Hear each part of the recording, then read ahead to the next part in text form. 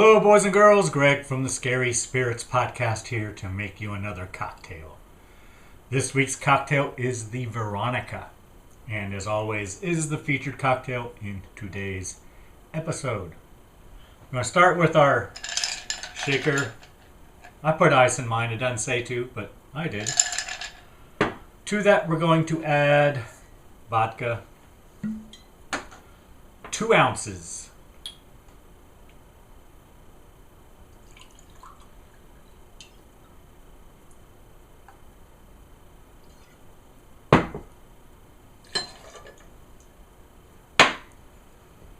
Next,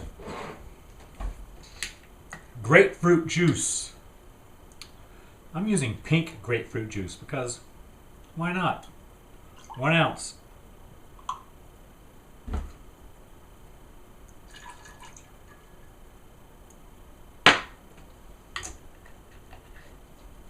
Next,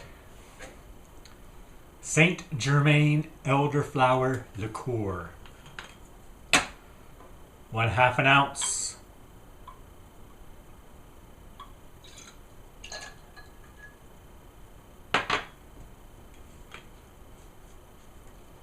Finally, simple syrup. Another 1/2 ounce.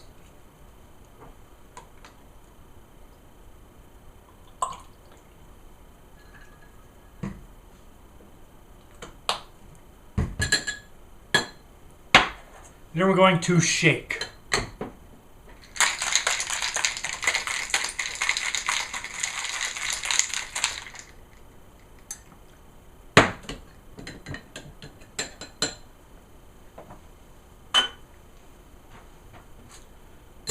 Next, we're going to double strain it.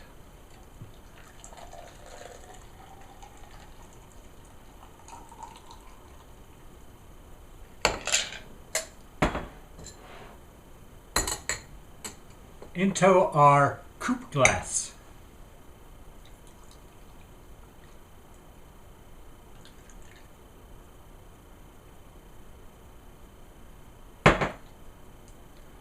There you have it, the Veronica.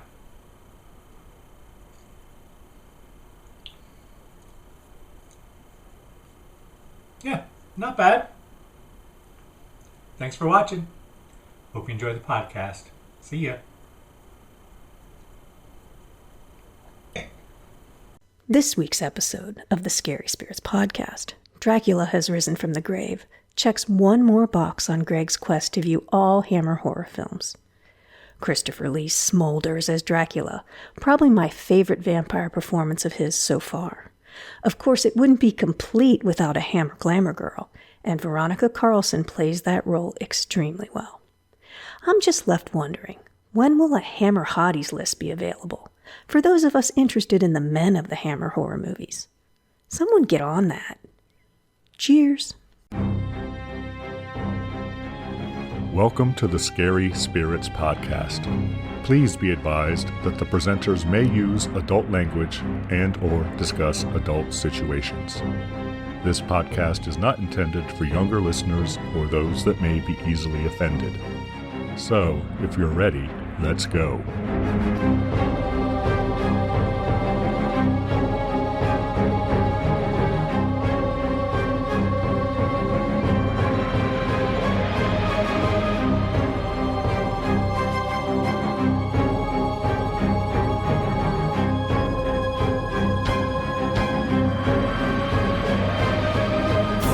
Hello, boys and girls. I'm Greg.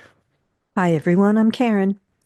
And welcome to the Scary Spirits podcast, the podcast that combines the two very different but highly compatible worlds of scary films and alcoholic spirits. What could possibly go wrong? Indeed. How are you, Karen? I'm doing great. How are you, Greg? I'm good, Karen. Thank you for asking. It's what we do. Rainy here today. Did you get any thirsty work done? A little bit, not much. Some breaks in there. Did a little inside thirsty work yesterday. Took apart some things and fixed some things, and There's always inside thirsty work to do. Yeah. at least around here. So yeah, it was okay. All right, Karen. I think we have a movie this week. Oh yes, Dewey. Was it my choice? It will surprise no one that it was your choice. What did you pick for us? Film I've chosen it's a Hammer film from 1968 called Dracula Has Risen from the Grave. And surprisingly, we haven't seen it. I may have seen it earlier in my life. I think I've seen it earlier in my life too, but I didn't remember all the details, but there were some things that I did remember. Because it is rated G, Karen. It's I know, even though it has smoking and drinking and no warnings, but whatever. We'll get to that. I also have a cocktail, Karen. of course you do. What is that? And I have no reason for picking it other than it's a Hammer film starring Christopher Lee. So there you go. The drink I have chosen is called the Veronica.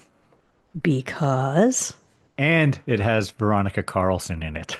This was her first Hammer film, so we're having the Veronica. Is she the blonde or the brunette? She is the blonde. You have to ask? Which one's Veronica? I don't have a Hammer Glamour book. All right. Yeah, she is the blonde. How do you make this lovely drink for this lovely lady? We're going to need 2 ounces vodka, 1 ounce grapefruit juice, a half an ounce Saint Germaine elderflower liqueur, and a half an ounce simple syrup. Instructions say shake and double strain into a coupe. Garnish with grapefruit twist, if you're fancy. I'm not fancy, I'm not either. But I did find a coupe glass. I use my, usual one I use for a coupe glass. But I had one. Mine's and I more of found a margarita glass, but same diff. I mean, I'm not going to wait. This thing is delicious. Is it? I squeezed my own grapefruit juice. Wow. Because, so I could have been fancy. And I put a little more grapefruit juice, of course, than they asked for. Was it a regular grapefruit? Was it the grapefruit that your son came back with earlier when you asked for a blood orange and he came with a grapefruit? So look at that. I actually used the grapefruit. Oh, good. It's ruby red grapefruit. Oh, I used ruby red grapefruit juice. There you go. See? Why not? We're a match. Yes. Did you put ice in your shaker? It doesn't say to. I did. I did as well. Because I like cold drink. So. All right. Should we give our friends and listeners time to make their own the Veronica? Absolutely. Hold on.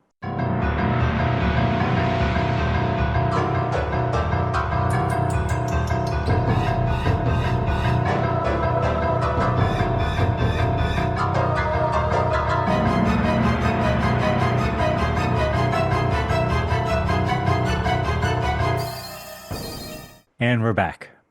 Yes, we are. Wasn't there a Veronica in the Archies? Wasn't one of those girls' name?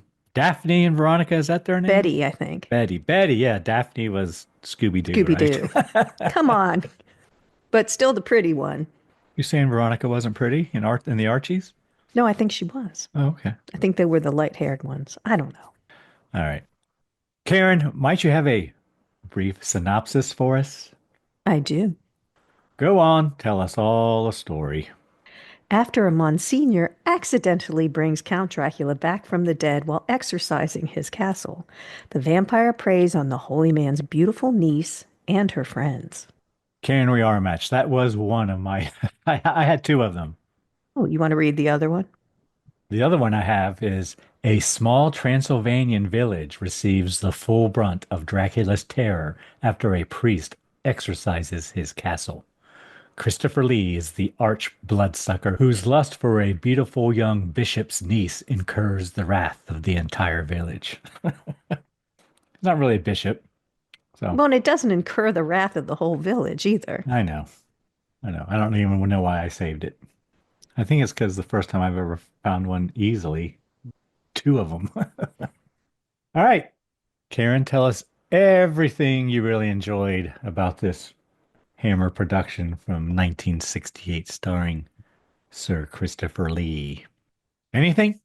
I will say it's as expected. It's a Hammer horror film. It's a Hammer Dracula film. So sets are good. Costumes are good.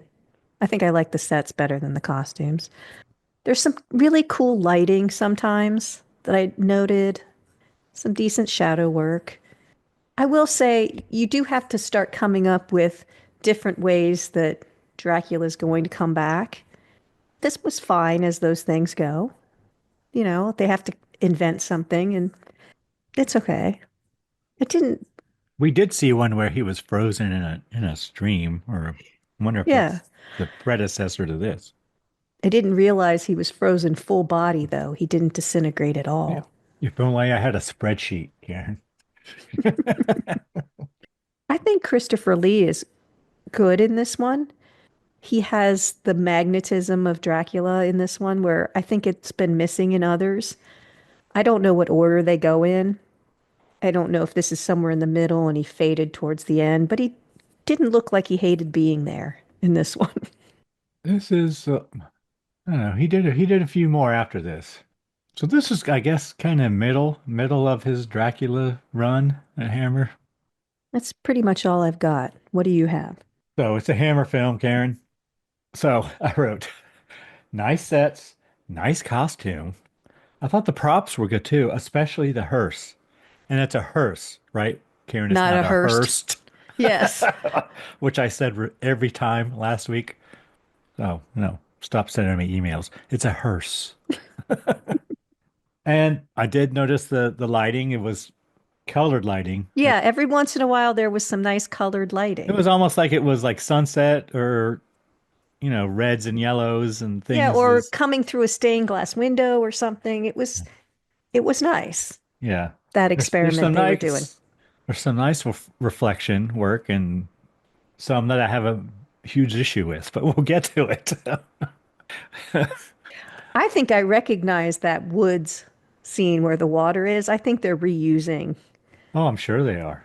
some, but I'm starting to recognize them. Oh.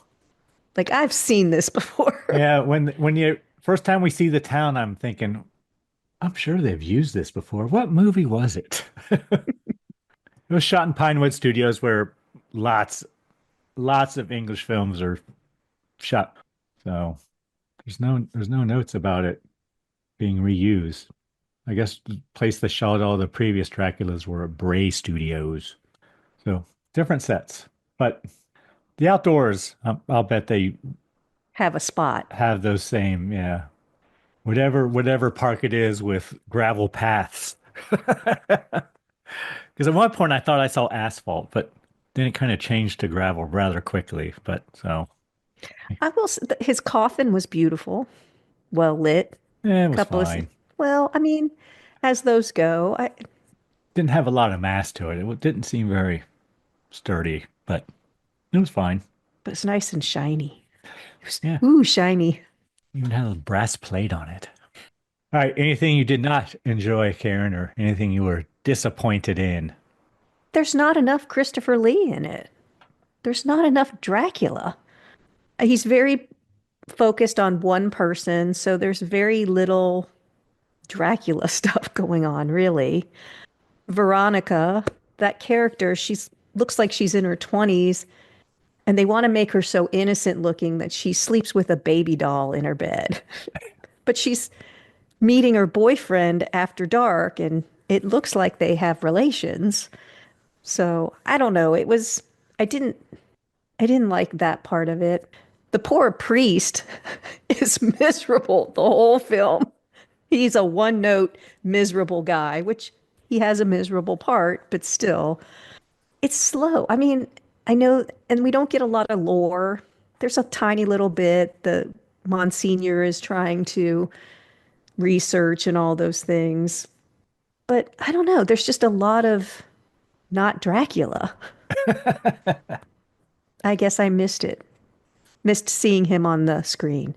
I thought he was great when he was on screen. It's one of my favorite portrayals that he's done of Dracula because I really felt like he was using his magnetism and he's so tall and they shoot him from below and he just looks huge, like just he looks intimidating. And they get the eyeball acting in there, which, but it was slow. Did you not? Oh, and well, the blood's horrible. But, whatever. That's getting nitpicky at this point. What do you got? So something I forgot to mention what I liked, remembered while you were talking, was the acting. I thought the acting was really good throughout the whole cast. I mean, Veronica Carlson, this is her first Hammer film. It's not her first film, but I thought she was great. Christopher Lee was great. He has lines and he delivers them Yeah, and he well. delivers them well. Like he didn't hate it. No. I liked Xena a lot, the waitress. I thought she was good. There's that, she's the brunette and Veronica, or I Thought don't, she was a Maria's the redhead. blonde. Well, still, but you get that, the blonde is all innocent. I like the acting. I just thought the props were ridiculous. She's always in pink. She's got a pink bow in her hair. There's a doll on her bed. It was just weird. She was fine. It's just the way, I guess, I don't know if it's director, screenwriter, whoever has that part of it. It's like, come on. But the acting was good. So it's funny you mentioned pink. Oh, no, never mind. It just talks about her being in a pink gown and ribbons and how, she's the opposite of the wanton barmaid Xena Hmm. in the Hamlet Glamour book, Boys and Girls, on page 34. Veronica Carlson is 34, 35, 36, and 37 Wow. with a couple full page photos. See, so I liked the acting too. And Paul, when he came on screen, I was like, well, why don't they have a Hammer Hotties book? Why do they only have a Hammer Glamour book? Because I thought he was kind of handsome. Yeah, it was okay. Well, I get it, but I'm just saying, as that goes, I was like, they should have made a Hammer Hotties book for me. So the things I didn't like. First thing I wrote is bad blood. It's it's It's really bad. it's yeah, it's bad on Hammer scale. Bad. Yeah, this might be, yeah, it's some of the worst we've seen. I can't believe I wrote this, Karen, now that I'm looking at it. But I wrote, there are too many pubs. You know, we got two pubs, two publicans, two pubs. Trying to figure out, okay, is this the what? Which pub is this now? There are some holes in the plot, I guess, where I'm like, well, how did they get his coffin down into the cellar of this pub where everyone is? Well, and they kept saying in the original village, the shadow of the castle reaches the church. And when they're hiking to the castle, it looks like it's about 20 miles away. Yes, it does. It And it's does. rough terrain. And that's what I'm thinking. How did they even get out of there? Like, how did they leave the castle area in a carriage? Because to get there, they're rock climbing, basically, you know? And I did agree that it took a long time. And it took a long time. It is slow, and it does take a long time for Dracula to appear, and he's not in. You but Maria doesn't show up for a while either. It's true. We get a lot of backstory. We get a lot of backstory with Paul and the Monsignor and the priest, and finally we meet Maria and Dracula. I It's a bet it's a good, half hour in before we really get to see them both. yeah, Length of time. it's a good revenge story, though. I kind of, in some ways, like I said, I didn't like that he wasn't on screen much, but he wasn't willy-nilly killing people. He had a plan, you know, Yes, he did. and he was going after one specific revenge, which kind of made it interesting. He didn't True. just come back and start killing people to exist. He had, And it wasn't even a revenge for killing him in the previous film. It was which it sounded like it should have been. it was revenge for putting something on his door. Yes. Hanging something on his door. Yes. Who did this? Like like But just seeking revenge on someone who put a flaming bag of dog crap on your door or something. or coupons Yes. going after the doorknob people. Yeah, doorknob flyers. That's all I got. I mean, it was fine. I mean, it's slow, but I wasn't checking the clock. The first time I checked time, there were only 15 minutes left. I think I checked more than that. Because I'm like, and the last 15 minutes ramps up. So I'm like, Yeah. come on, we got to be getting close to the end. When is all the action going to happen? And that's when it happens in the last 15 minutes. But, I wasn't mad. Yeah, it's typical Hammer Dracula film. There's, nothing I think we've seen worse Hammer Dracula films. Oh, for sure. Like I said, I think this is my favorite Dracula portrayal by Christopher Lee. Even though he doesn't have a lot of lines, he's not really involved in a lot of action, but he didn't look like he hated it. And in other films, he kind of looks bored, or I don't know. He felt like he was into it. We had no real vampire hunter in this, though. No. Well, the previous film to this was Dracula Prince of Darkness, and that's the one that Christopher Lee does not speak in at all. That's interesting because I thought in that one he didn't look like he wanted to be there. I don't know. No, he didn't. Hard to say, but this one I liked him in. And that's when his coffin is thrown into a moat and whatnot, and he falls through the ice. So it does kind of transition from one to the next. I guess it's got that going for it. All right. What kind of cocktail rating do you want to give this film, Karen?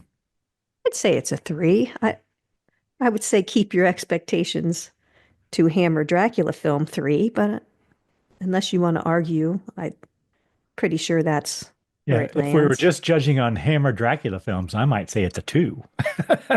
I agree. But as a film, I'd say it's a 3. But of the Hammer Dracula films, it's a pretty good one. Yeah. All right. Would you like to hear a review from the time, Karen, before we get into it, scene by scene?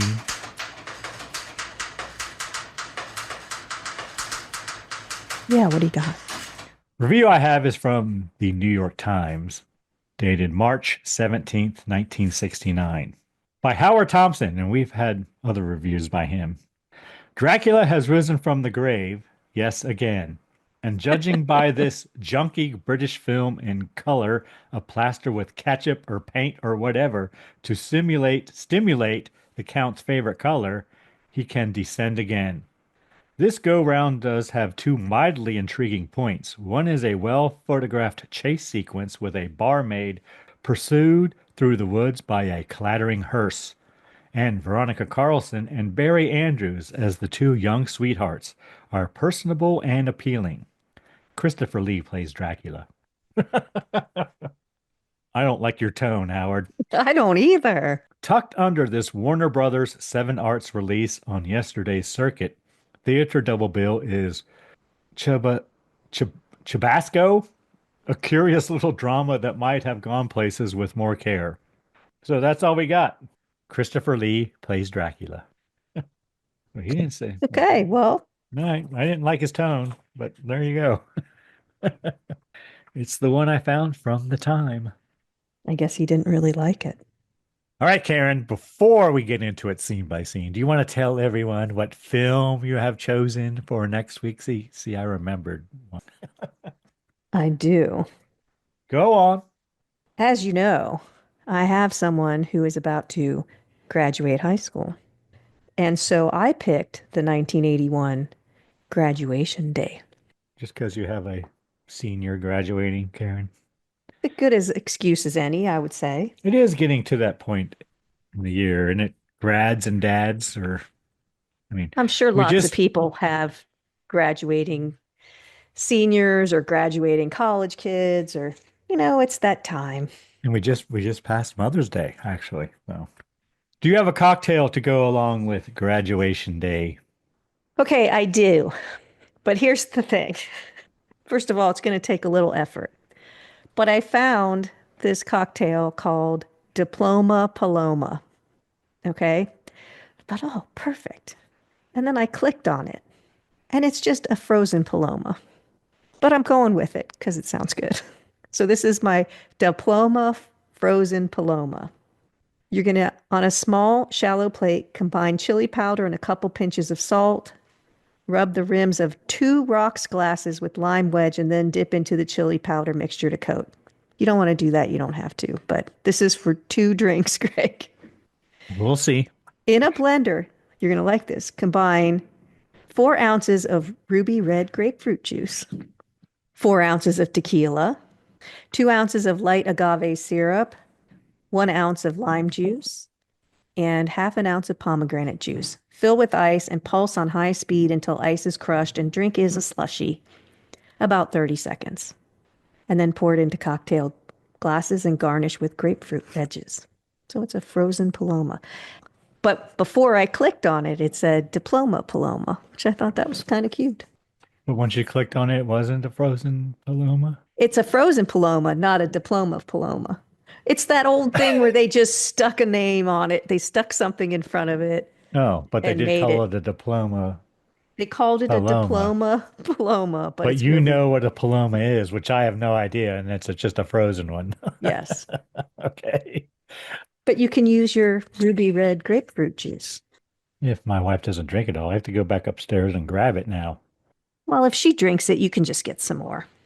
Put your name on She it. was very happy when I came home with it. And Oh, she said, "Oh, can I have whatever you don't use?" I'm like, "Yeah, I only need an ounce. This is like a 64-ounce bottle. So there's plenty. There'll be plenty left of you for you, baby."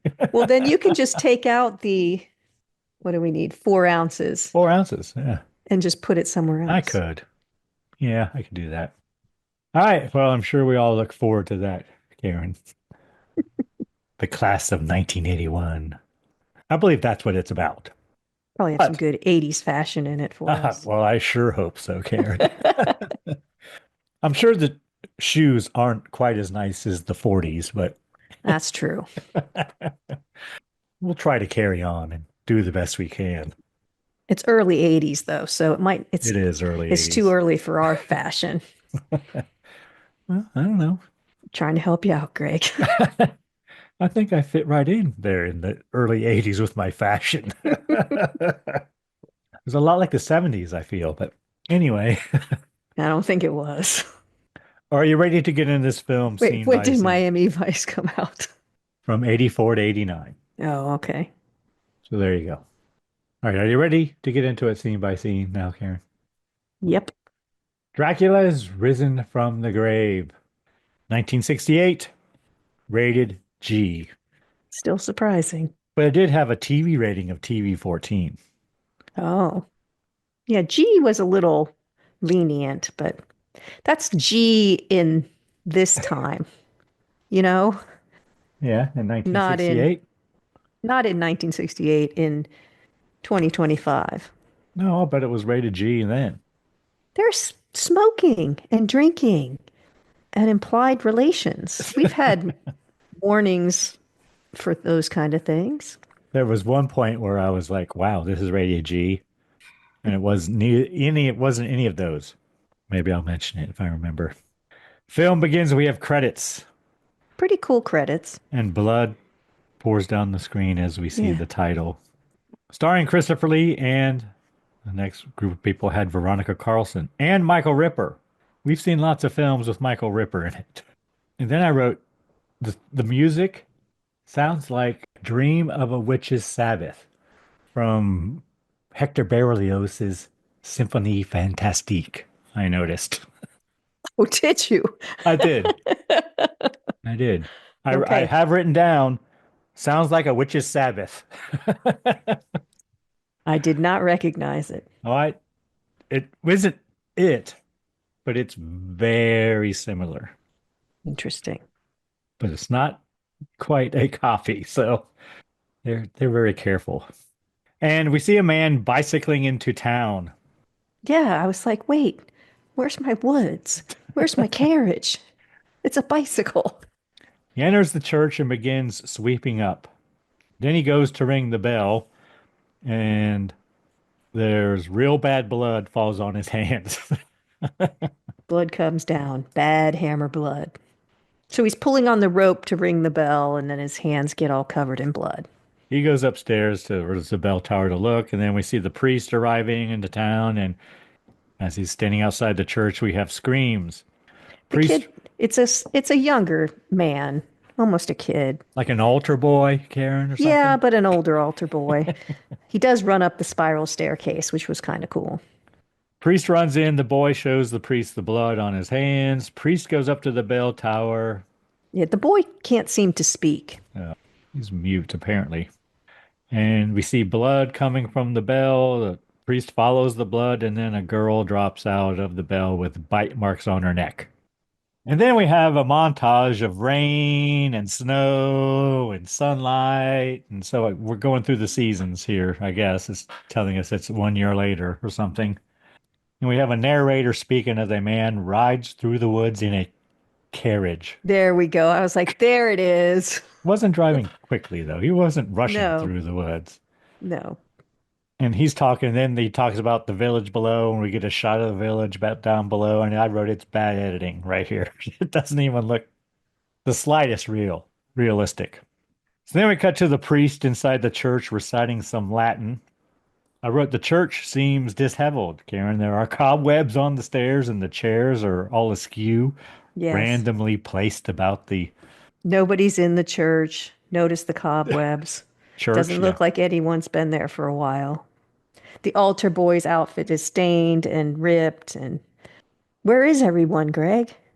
So then we see the priest at the pub Where everyone is. where everyone else is.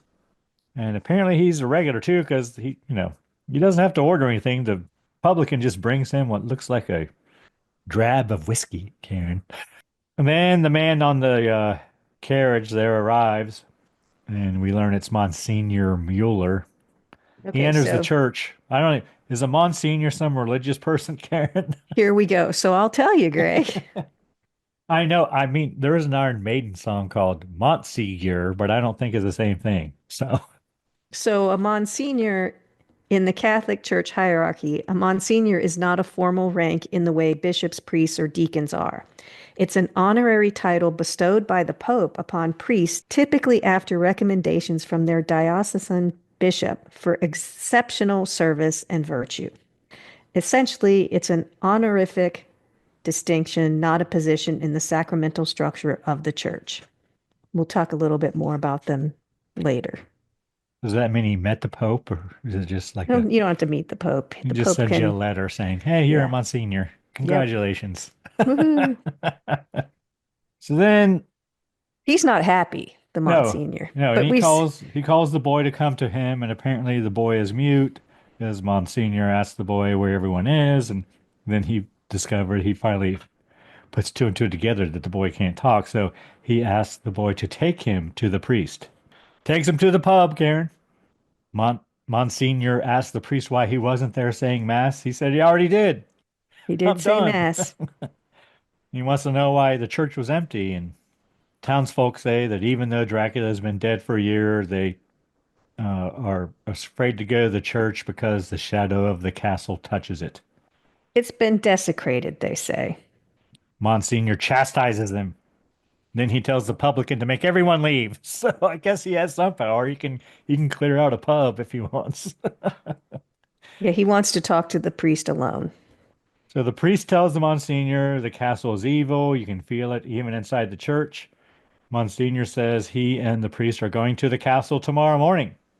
Then he takes the drink out of the priest's hand and tells him he will see him in the morning. Bright and early. Thank you so much for listening to the podcast. We appreciate you spending time with us. You know, you can help us grow our audience by following us on social media at Scary Spirits Podcast. Just look for us on Facebook, Twitter, Instagram, and YouTube. And don't forget to tell all your friends to find us too. Now let's get back to the show.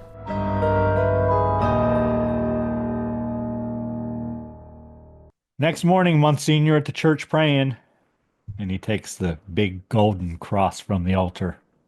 I thought it was wooden, but later it makes a very iron sound.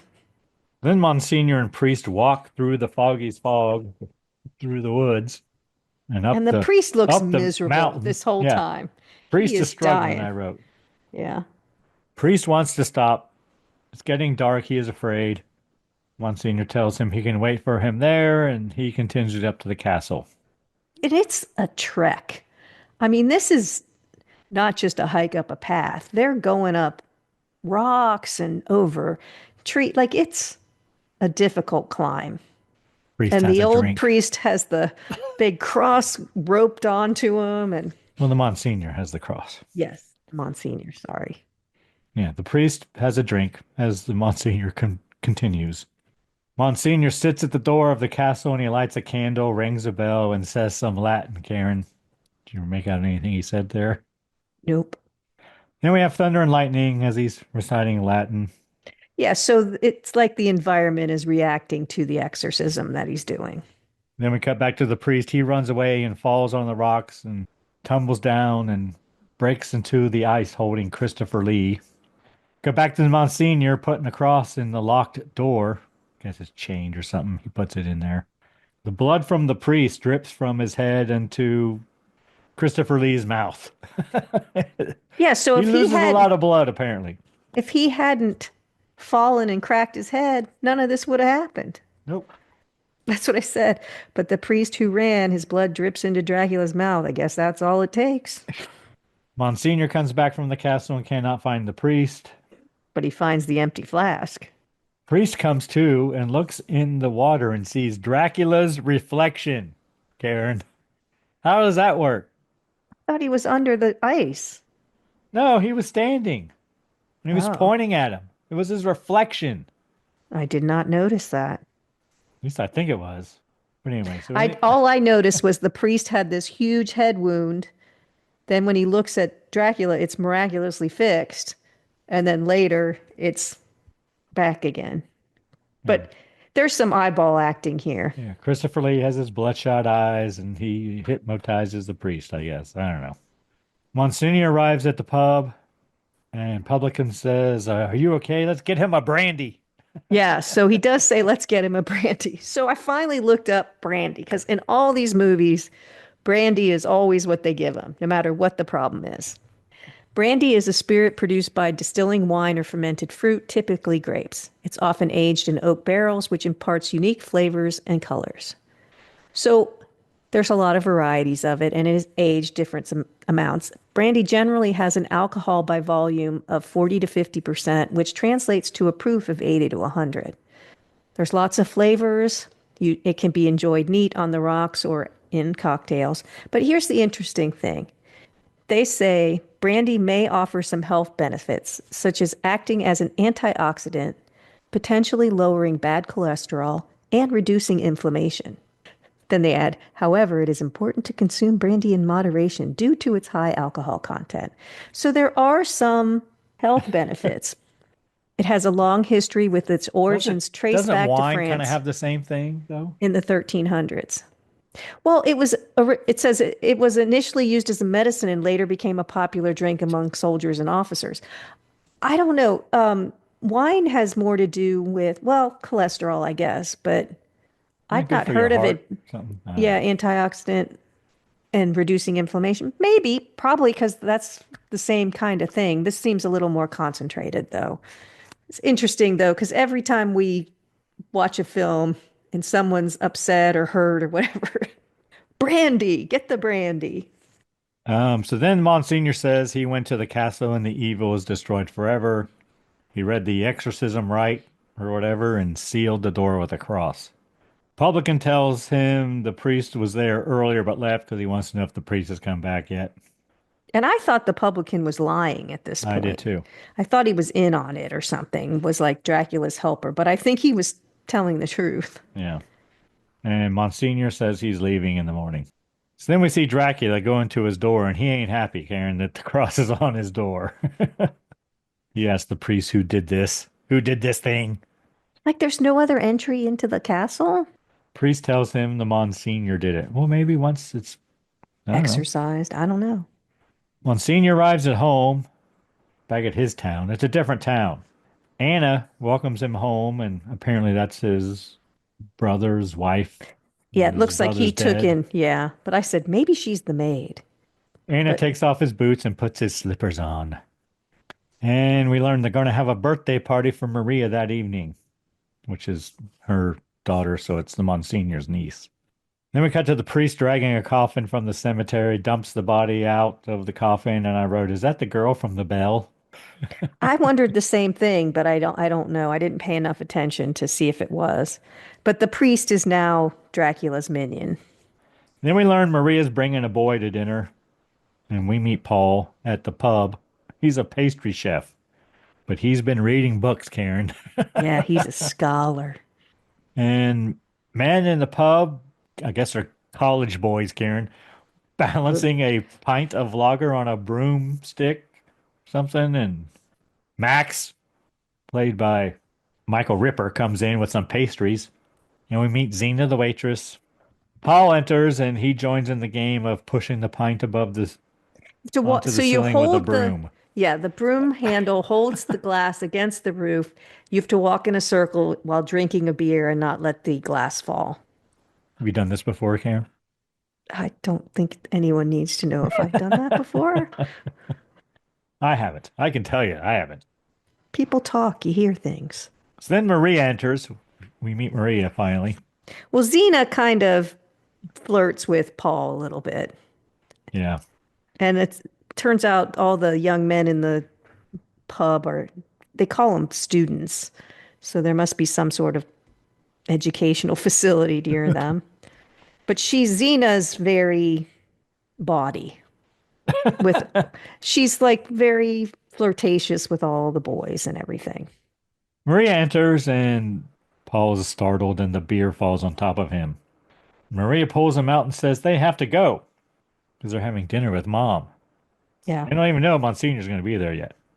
No, and she's upset that he now smells like beer. Paul and Maria arrive and find the Monsignor there. They weren't expecting him.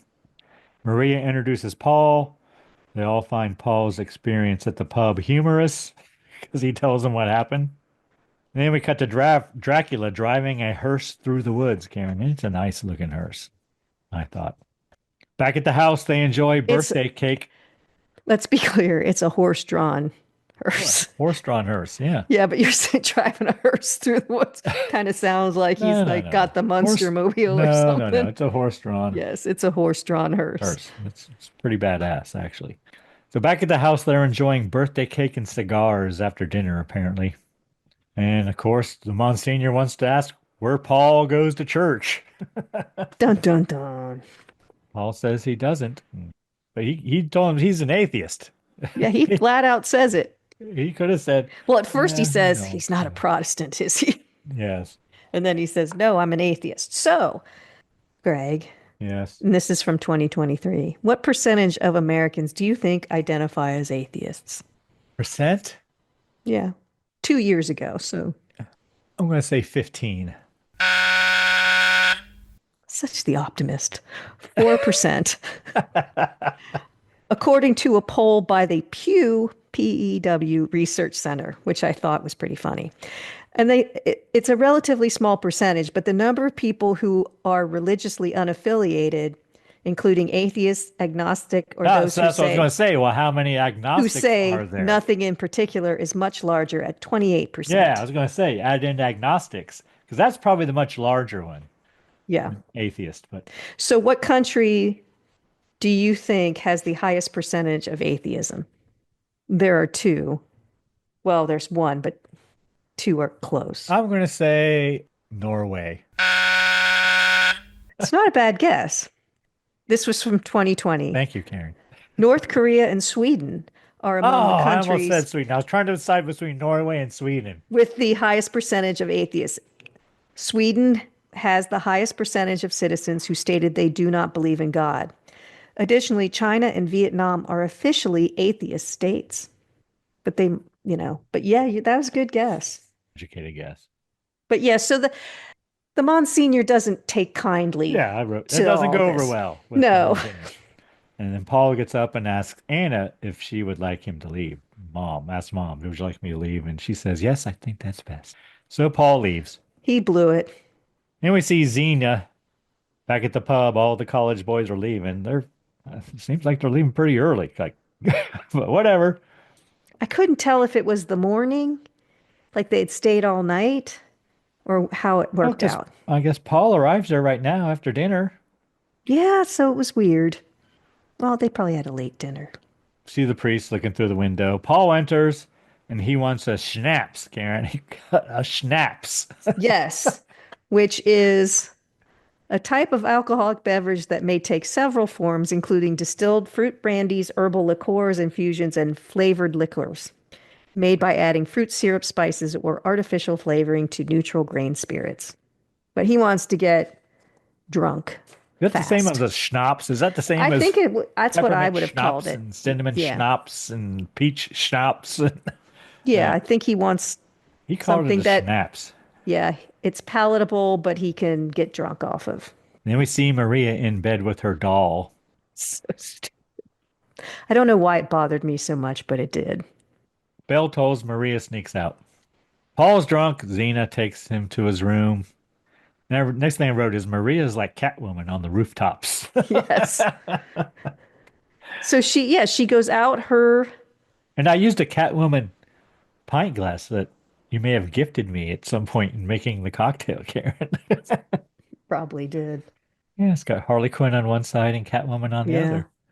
One thing, so it's kind of a cool rooftop. All the houses are very close together, and they do have clay roof tiles all And they through get it. lots of use out of it in this Yeah. film, that Yeah. set. So clay roof tiles have a long history dating back to ancient civilizations like China, where they were used as early as 10,000 BC. They were also used extensively in the Middle East and later adopted by empires like Greece, Rome, and the United States. They're a popular choice for roofing due to their durability, affordability, and strength. But yeah, she goes over them. I thought they'd be slippery, but she is like Catwoman up there. She has a path that goes from her window to Paul's window. I mean, we see her, they show her kind of walking along very thin, I don't know, ledges, I guess you would call them. But she gets there pretty quickly, and he lets her go back that way. Yep. And we see Xena putting Paul in bed. She kisses him, Yeah, she's tempted. trying to tempt him. Well, yeah, but she's not leaving him alone. She's undressing him for bed. Maria enters through a window, and they begin getting Paul ready for bed. To her credit, Xena doesn't, cause any issues here, but No, she just leaves. she leaves. Maria puts Paul in bed, and then Paul wakes up and wants a glass of water. And then he's going to puke. And then Paul and Maria kind of kiss or whatever. And Well, they talk a little about the dinner, and then she loves him in spite of everything, and they kissy face. it looks like Paul begins to undo Maria's dress. Yeah, so, and then Don't say anything, though. It's very quick. yeah. And she even said in her the glamour book, she said she was thrilled to be cast in the film, but being a nice middle-class girl, she refused to do anything too revealing. She says, they wanted to undo my dress and get a shot of my back. The cut of the dress meant I couldn't wear a bra, and I pleaded with them to do it tastefully. It makes me blush to think about it. Wow, it was hardly anything. Yeah. And then the publican lets Xena out the door. He's already locked up, and he lets her out to leave. Yeah, he's like, what are you still doing here? So I'm guessing it's the early morning. But then what happens next seems to imply that it's sort of the middle of the night. Yeah, it's like 2 in the morning, probably. 3 in the morning. I don't know. Xena walks through the woods. But we see some sunlight is the thing. So Well, this is, yeah, you know, They're using a filter, and it's not always effective. And she passes a hearse, and then it follows her. she's got a long walk home. Apparently. Xena. Yeah. But this is the area where she's walking that I think they've used for other films. Or someone has, because I definitely recognize it. Then Xena falls, and the hearse passes her and drives away. She But falls it's off a to good the side. chase scene. She runs. I'm like, get off the road, which she eventually does. But then Xena runs into Dracula.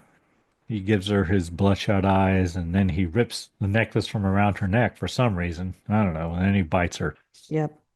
And then we see Maria leaving Paul's window. Doing the catwalk of shame. she's got to be like a cat on those rooftops. Cut to Xena looking at the bite marks on her neck. Paul comes downstairs. Yeah, she's back at the pub. And Xena covers her bite with her hand and asks if he wants some coffee. So it's morning now, I think. Yeah, and they're in the bakery. She's in her part of the knickers pub. too, isn't she? Yeah, so she said, I think she must have gone back because publican said, "Do you want to just stay here?" Yeah. And she said, "No, I'll walk home." But she must have come back and somehow gotten in because we saw him lock up. Yep. Barred the door. But she's there in the morning. And then we see Maria arriving back home. The priest enters the pub, I guess that day, and Zena's wearing a scarf around her neck. Priest asks the publican for a room to rent. And right here, I'm like, well, what is this all about? They know him at the pub, but then I realized, oh, this is the other pub. He was Yes. drinking at the first pub. He's not been to this pub before. He's in a different town now. So whatever. Keep your pub straight, Greg. It's so hard, Karen. Publican reluctantly agrees to let him have the room next to Paul's. Well, he says, "No, we don't have any." But Zena's like, "Yeah, we do. There's one right next to Paul." Apparently, it's very small, but the priest doesn't care. And then they ask Paul to carry the priest's luggage up to his room. So I don't know, he must work there, whatever. He reads in his spare time. So then next we see the priest. He comes down to the pub. This time Zena's wearing a choker, so it must be the next day. I don't know. Priest has a drink and goes down to the cellar, question mark. Yeah, he just And Dracula's casket is down there, question mark.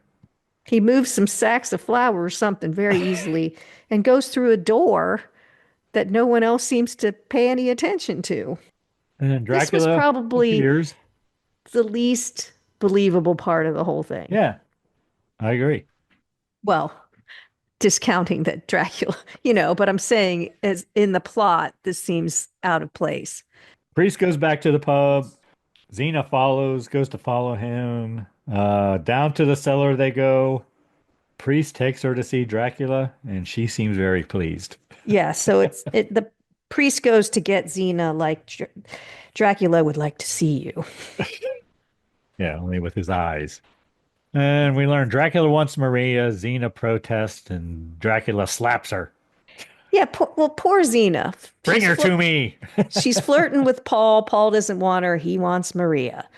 Finally gets a guy with Dracula. She goes down to see Dracula. Nope, he wants Maria. He gives her a good smack, too. Maria, I've just met a girl named Maria. I'm sure that's what was going through all of their heads. Then Xena goes back to the pub. She asks if Maria is coming that evening. She asks Paul that. And sure enough, Maria enters, and Xena tells her that Paul is downstairs in the bakery. And he is not. Just No. She goes down there, and Xena somehow beats her down there and places a bag over her head, I think.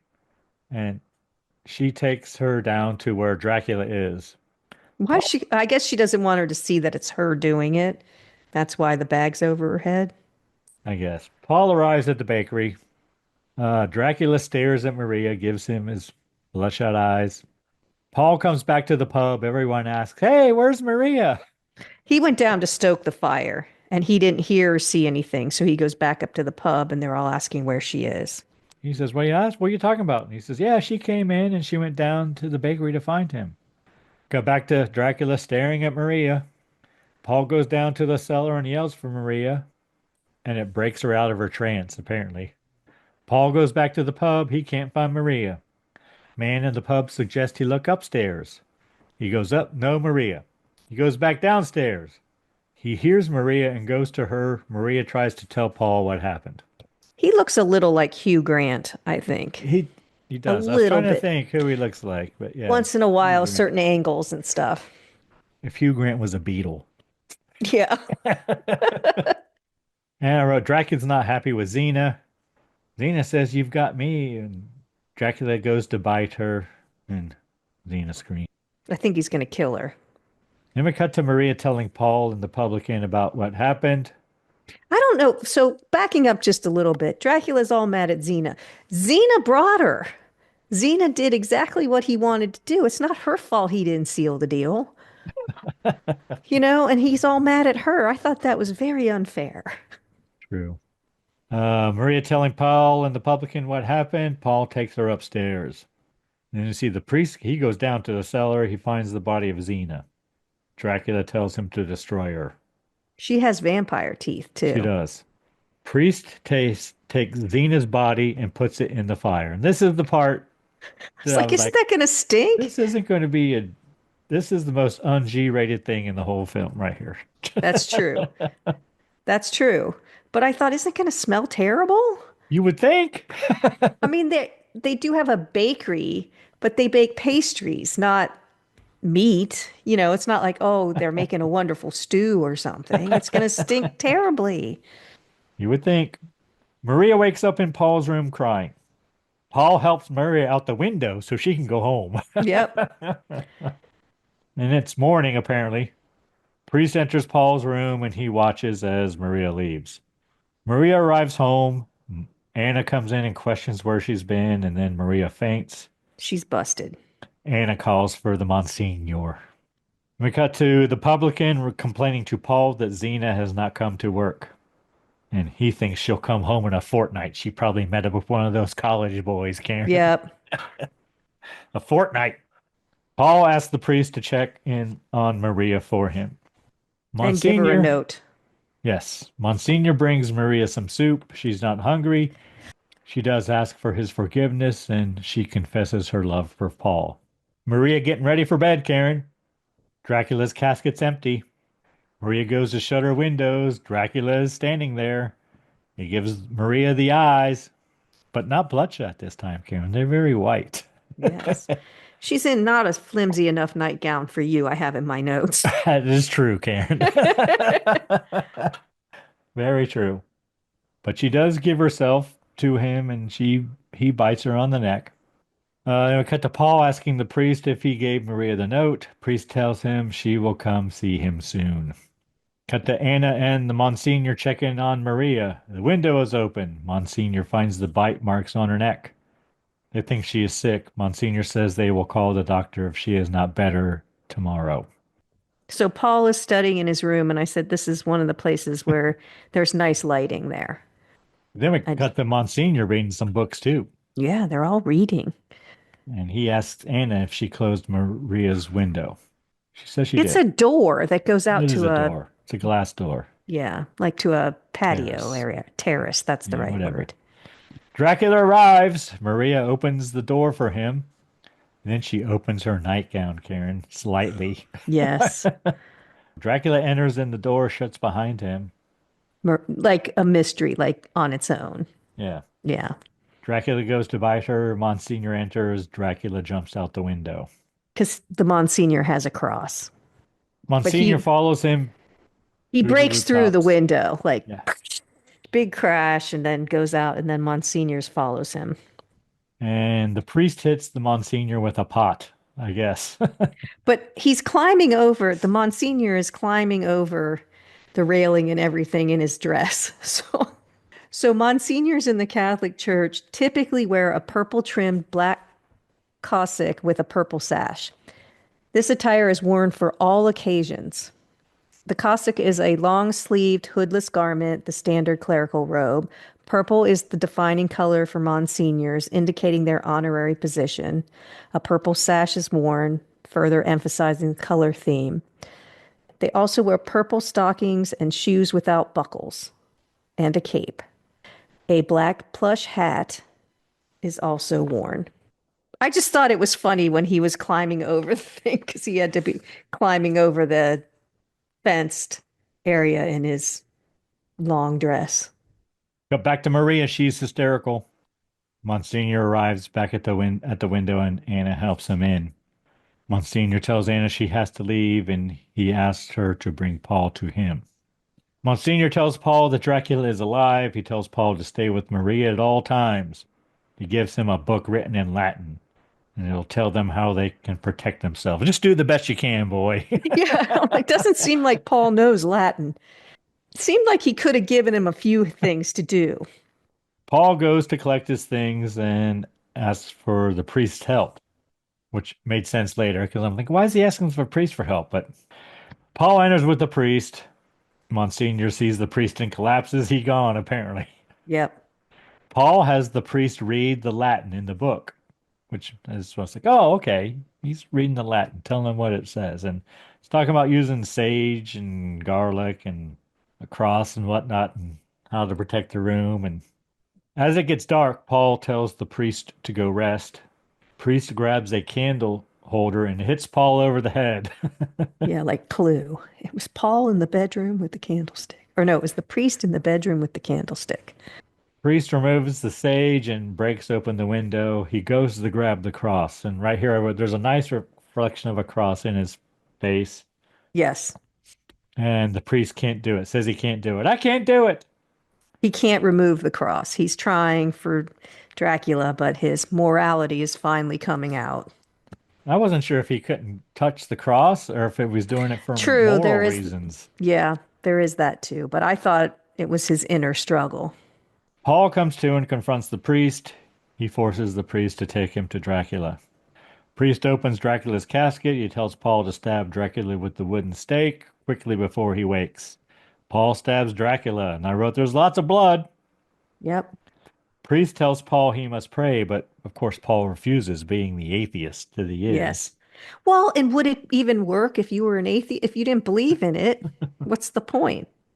Dracula pulls the stake from his chest. He throws it at Paul, and Paul runs away. Dracula chases Paul. Paul throws some hot coals on him from the fire in the bakery. Dracula escapes through a window. Then we see Maria walking on the rooftops again. Well, I think Dracula's calling to her.